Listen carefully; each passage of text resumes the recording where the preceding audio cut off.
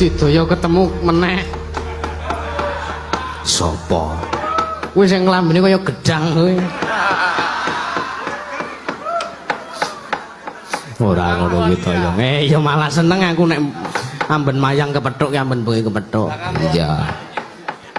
Sugeng dalu, Mbah. Nggih, sugeng dalu bocange. Nggih, wilujeng dalu. Wilujeng. Nggih. Aku wilujeng nek kula nek niki sugeng nggih. Sik endi sik sugeng sik endi? Nek Kyai Kakung iki wilujeng, nek Kyai Putri sugeng Mbak Yu. Kena sugeng, Pak? Wilujeng, nggih wilujeng. Sing sugeng iki apa iki? Loro-lorone sugeng. Sing kae sing.